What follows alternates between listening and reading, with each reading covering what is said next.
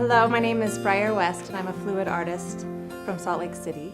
I'm originally from Los Angeles, born and raised, and I came here about 20 years ago for school, and then I ended up staying for, after I graduated, then I got married and had some children, and then I'm just here for the long haul. I'm divorced, and so I was home with my kids, and when they went to bed, I just kind of wanted something to do.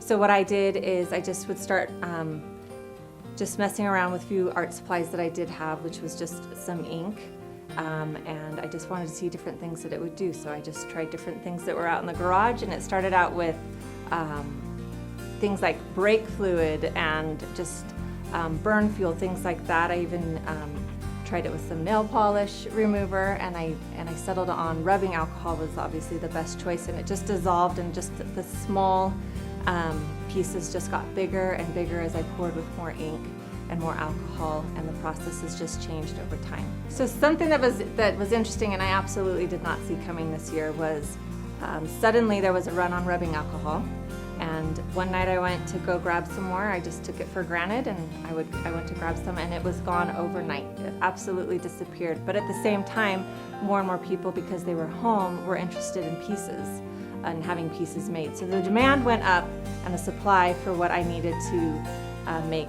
went down greatly. And I never thought that during a pandemic, art supplies, my type of art supply, would disappear. I mean, who saw that coming? So I was thinking about it, and I realized if I just ran down to the local liquor store and bought the largest bottle of cheap vodka I could find, that would work. And this piece behind me that I have was made out of one half of it was made out of using vodka, and the other half was the end of the rubbing alcohol. That piece was the last of the rubbing alcohol that I had. So since then I've been able to make some different types of pieces using vodka, and it's its own type of beautiful, and it's a way again of finding beauty in chaos and working with what you have, and changing, always changing, and just making the best of the situation. It kind of mirrors my life and the things that I've learned as a single mom with the kids, of finding beauty in chaos. And what I like about it is everybody sees something different in it. And some people will see flowers, some people will see a landscape, but everybody sees something in every one of these paintings. And it's something that I've really learned, that it's just a place for me. It's almost like a meditation as I'm making it.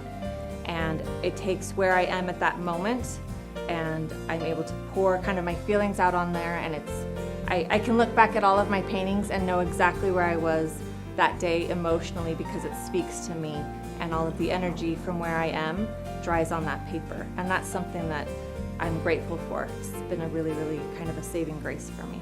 This process has taught me to control the things you can control and let go of the things that you can't control, and to find the balance and the beauty in that process. Shoot, you got me to tear up. Just give me a second. I just know that art saves, and it helps people, and those that make it, it speaks to them, and those that choose it for themselves to have in their home, it's because it spoke to them in their own way. And I just am really grateful for that process. And when it's done for me and my kids, it's really helped me and strengthened me. And it's been so important for me to have a home that is safe and calm for these kids, and this has been a big part of it, where I can absolutely work through anything, and it's just is all left there on the table, and then I feel like I've had just kind of a therapy session or a meditation session, and it's just a beautiful process that's helped me a lot.